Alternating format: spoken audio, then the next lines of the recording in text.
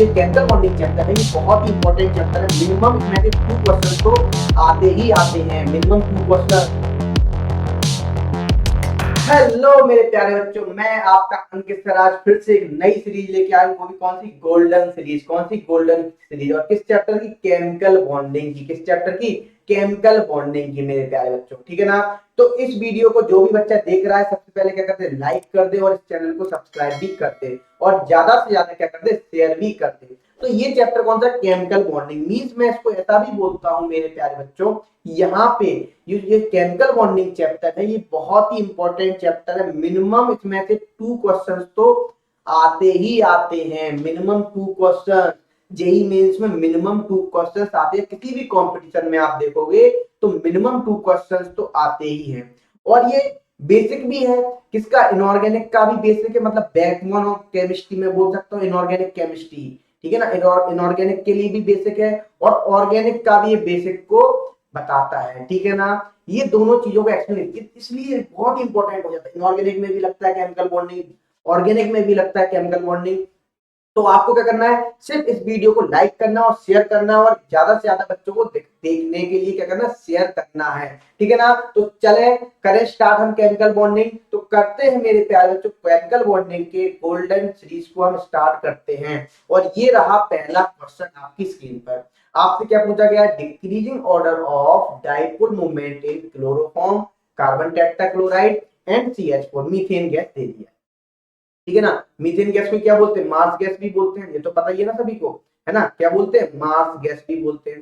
तो देखो, आपको जब इस तरीके कंपाउंड दिया जाए और आपसे पूछा जाए डाइपोल मूवमेंट की बात की जाए, तो सिंपल सा फंडा, एक दो मैं फंडे बता देता हूं यहाँ पे। म्यू इज इक्वल टू 0 होगा तो मॉलिक्यूल क्या होता था? Non polar. जब dipole moment is not equal to 0 होता था तो मॉलिक्यूल कैसा होता था? पोलर, ठीक है ना। अब यहाँ पे एक बात ध्यान रखना, जिनकी ज्योमेट्री, जिन ऐसे मॉलिक्यूल जिनकी ज्योमेट्री और शेप सेम होंगे, क्या होंगे? सेम होंगे। क्या होंगे? सेम होंगे। तो उनका क्या होता है? डाइपोल मोमेंट हमेशा 0 होता है। क्या होता है डाइपोल मोमेंट उनका? 0। क्या होता है? 0 होता है, ठीक है ना। या हम ऐसे भी देख सकते हैं मेरे प्यारे दोस्तों, यहाँ पे हम डाइपोल मोमेंट ऐसे भी कैलकुलेट कर सकते हैं स्ट्रक्चर से। कैसे? स्ट्रक्चर से, ठीक है ना। तो स्ट्रक्चर सब कुछ बयां करता है। क्या करता है? सब कुछ बयां करता है मेरे प्यारे बच्चों, ठीक है ना। क्या करता है? सब कुछ बयां करता है। जैसे मान लो क्लोरोफॉर्म है, क्या है? क्लोरोफॉर्म, ठीक है ना। और हम फिर देखते हैं कार्बन टेट्राक्लोराइड, क्या देखते हैं? कार्बन टेट्राक्लोराइड को देखते हैं। फिर हम देखते हैं मीथेन CH4। तो देखो, ठीक है ना।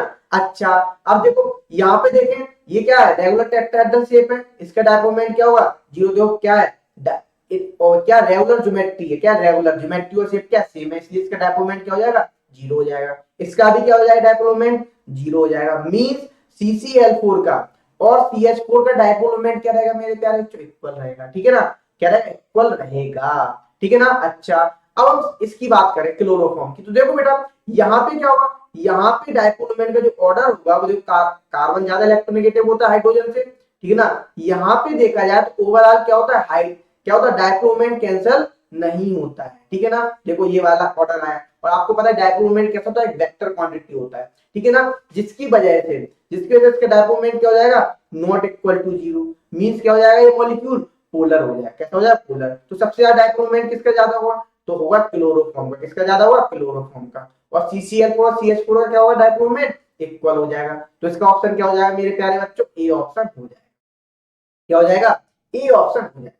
इतना क्लियर है, ठीक है। तो चले मेरे प्यारे बच्चों नेक्स्ट क्वेश्चन पे, ठीक है ना। याद रखना बेटा, केमिकल बॉन्डिंग आपको जो अच्छा होगा तो पी ब्लॉक भी अच्छा हो जाएगा आपका, इनऑर्गेनिक ऑर्गेनिक भी अच्छा हो जाएगा, इनऑर्गेनिक भी अच्छा हो जाएगा। इन बात को ध्यान रखना मेरे प्यारे बच्चे, ठीक है ना। तो चलते हैं नेक्स्ट क्वेश्चन की ओर, ठीक है ना। क्या पूछा है? Bond order and magnetic nature of cyanide Cn- are respectively, ठीक है ना। तो देखो, आपको सिंपल सा फंडा है, यदि आप बॉन्ड ऑर्डर निकालेंगे भी तो कैसे निकालते थे बॉन्ड ऑर्डर, है ना। कैसे निकालते थे? यदि आपको याद हो, सिग्मा 1 है, सिग्मा स्टार 1 है, तो अपना ये वाला है, ठीक है ना। 1 है सिग्मा, है ना। Sigma 2s, sigma star 2s, ठीक है। इस तरीके से फिर क्या होता था? सिग्मा 2px, है ना। पाई क्या हो जाएगा? यहाँ पे क्या हो जाएगा? पाई 2py, ठीक है ना। पाई 2pz। ये किसके लिए लगता था? ये आपका लगता था किसके लिए? जब आप क्या लेते थे यहाँ पे, जब आप यहाँ पे क्या लेते थे मेरे प्यारे बच्चों? जब आप यहाँ पे लेस देन 14 इलेक्ट्रॉन या 14 इलेक्ट्रॉन के बराबर, तो क्या लिखते ये फॉर्मूला लगता था। तो आपको पता है कितने भरेंगे, दो दो इलेक्ट्रॉन भर दो सभी में, ठीक है ना, ठीक है ना, क्या भर दो, दो दो इलेक्ट्रॉन भर दो, ठीक है ना। कैसे इलेक्ट्रॉन भरे, कैसे हमने देखा, कैसे हमने दो दो भर दिया, हमें तो पता दो दो, तो कैसे भर दिए। यहाँ पे एससीएन माइनस है, कार्बन कितना कितने होता है तो 6, नाइट्रोजन का 7 और एक इलेक्ट्रॉन आ गया तो कितना हो गया 14 इलेक्ट्रॉन, कितने हो गए 14 इलेक्ट्रॉन, और ये क्या है 14 इलेक्ट्रॉन इसमें भर दिए, ठीक है ना। अब हम यदि मान लो इसका बॉन्ड ऑर्डर निकालें, तो बॉन्ड ऑर्डर कितना कैसे निकाल देते हैं, बॉन्डिंग के इलेक्ट्रॉन माइनस एंटी बॉन्डिंग के इलेक्ट्रॉन डिवाइड बाई 2। तो बॉन्डिंग के इलेक्ट्रॉन कितने हैं यहाँ पे देख लो, जो विदाउट स्टार वाले हैं वो क्या है बॉन्डिंग इलेक्ट्रॉन, और जो स्टार वाले हैं वो सब क्या है, ये हैं आपके एंटी बॉन्डिंग। तो 2 2 4 2 6 2 8 2 10, 10 इलेक्ट्रॉन कैसे हो गए आपके bonding electron, anti bonding 4 electron होगा डिवाइड बाई 2, मतलब 6/2, मतलब कितना हो गया मेरे प्यारे बच्चों 3, मतलब बॉन्ड ऑर्डर तो 3 आ गया। अच्छा, अब मॉलिक्यूल में क्या नहीं, कोई भी अनपेयर्ड इलेक्ट्रॉन नहीं है। जब मॉलिक्यूल में अनपेयर्ड इलेक्ट्रॉन नहीं है तो मॉलिक्यूल कैसा हो जाएगा, डायामैग्नेटिक हो जाएगा। कैसा हो जाएगा, डायामैग्नेटिक हो जाएगा। या मॉलिक्यूल कैसा हो जाएगा, यदि मॉलिक्यूल में अनपेयर्ड इलेक्ट्रॉन होगा तो कैसा होगा, पैरामैग्नेटिक। एक बात ध्यान रखना, तो ये कैसा हो जाएगा, डायामैग्नेटिक। तो आप ऑप्शन क्या हो जाएगा इसका, ए हो जाएगा। और एक मैं ट्रिक भी बता देता हूँ आपको बॉन्ड ऑर्डर निकालने की, है ना, पैरामैग्नेटिक डायामैग्नेटिक। सिर्फ आप याद रखना एटॉमिक नंबर एक्सेप्ट, है ना, जितने भी इवन नंबर है, जितने भी इवन इलेक्ट्रॉन होंगे, जितने भी इवन नंबर आएंगे उसमें एक्सेप्ट 2 को छोड़ के, किसी 10 इलेक्ट्रॉन और 16 इलेक्ट्रॉन को छोड़ के 10 और 16 वाले कैसे होंगे, पैरामैग्नेटिक, और बाकी के बाकी जितने भी इवन नंबर वो सब कैसे होंगे, डायामैग्नेटिक होंगे, ठीक है ना। और यहाँ पे क्या होगा, ऑड में तो हमेशा क्या होगा, पैरामैग्नेटिक ही होंगे, क्या होंगे, पैरामैग्नेटिक ही होंगे, ठीक है ना। तो इवन वाले डायमैग्नेटिक होंगे, किनको छोड़ के, 10 इलेक्ट्रॉन को छोड़ के और 16 इलेक्ट्रॉन को छोड़ के, ठीक है ना। कितना क्लियर हो गया। चले नेक्स्ट क्वेश्चन की ओर, तो चलते हैं मेरे प्यारे बच्चों नेक्स्ट क्वेश्चन की ओर, क्वेश्चन नंबर 3। अब देखो यहाँ पे बात कर रहा है, यहाँ पे किसकी बात कर रहा है, the correct bond energy order of following is. तो देखो करेक्ट बॉन्ड एनर्जी की बात कर रहा है, ठीक है ना। तो देखो बॉन्ड एनर्जी की बात करेगा तो सिंपल सी बात है, जितना ज्यादा इलेक्ट्रोनेगेटिविटी होगी, ठीक है ना, तो इलेक्ट्रोनेगेटिविटी ज्यादा होगी तो क्या होगी, बॉन्ड लेंथ कम होगी। जब बॉन्ड लेंथ कम होगी तो बॉन्ड एनर्जी क्या होगी, ज्यादा होगी, ठीक है ना। बॉन्ड एनर्जी क्या होगी, ज्यादा होगी। क्यों, हमें जो एनर्जी देनी पड़ेगी ब्रेक डाउन के लिए एनर्जी ज्यादा देनी पड़ेगी, क्यों, उनके बीच में जो फोर्स ऑफ अट्रैक्शन हो रहा होगा वो क्या होगा, बहुत ही हाई हो रहा होगा। क्या हो रहा होगा, बहुत ही हाई हो रहा होगा, ठीक है ना। ऐसे समझो लॉन्ग डिस्टेंस रिलेशनशिप क्या हो जाएगा आपका, क्या हो जाएगा, वो आपका क्या है, वो उसमें एनर्जी कम लगेगी, क्यों, बॉन्ड लेंथ ज्यादा है ना। समझ लो क्या, बॉन्ड लेंथ ज्यादा है तो आसानी से क्या हो जाएगी, ब्रेक डाउन हो जाएगी। तो इस तरीके से यहाँ पे आप समझ सकते हो CF CCl CBr CI, तो जितनी कम बॉन्ड लेंथ होगी उतनी ज्यादा क्या होगी, क्या हो जाएगी उसकी, उतनी ही ज्यादा उसकी बॉन्ड एनर्जी हो जाएगी, ठीक है ना। तो याद रखना। अब देखो, है ना, तो देखिए हम यहाँ पे, तो सबसे ज्यादा इलेक्ट्रोनेगेटिव कौन है, फ्लोरीन। तो यहाँ पे क्या होगी, बॉन्ड एनर्जी सबसे ज्यादा किसकी हुई, CF की, उससे कम CCl, उससे कम CBr, उससे कम CI मेरे प्यारे बच्चों। तो ये क्या हो जाएगा आपका, बॉन्ड एनर्जी का ऑर्डर हो जाएगा। तो ऑप्शन क्या हो जाएगा, थर्ड। यदि मान लो बॉन्ड ऑर्डर, बॉन्ड लेंथ का ऑर्डर आता तो CI की क्या होती, बॉन्ड लेंथ सबसे ज्यादा होती। इतना क्लियर है मेरे प्यारे बच्चों। तो बढ़े आगे, तो चलते नेक्स्ट क्वेश्चन की ओर। ओहो क्या पूछ रहा है, देखो ये पूछ रहा है विच ऑफ द, देखो बेटा ये सारे के सारे क्वेश्चन आए हुए हैं 2019 में आए हैं, ठीक है ना। 2019 में आए, 2007 में आया था जेईई मेंस में। तो देख लो which of the following hydrogen bond in the strongest. तो देखो सिंपल सी बात है, हाइड्रोजन बॉन्डिंग शो कौन कौन करते हैं, FON फोन करता है, ठीक है ना, क्या करता है, फोन, ठीक है ना। तो फोन इलेक्ट्रोनेगेटिव सबसे ज्यादा किसकी होती है, क्लोरीन की, उससे कम ऑक्सीजन की, उससे कम नाइट्रोजन की। तो ये क्या फोन है, ठीक है ना।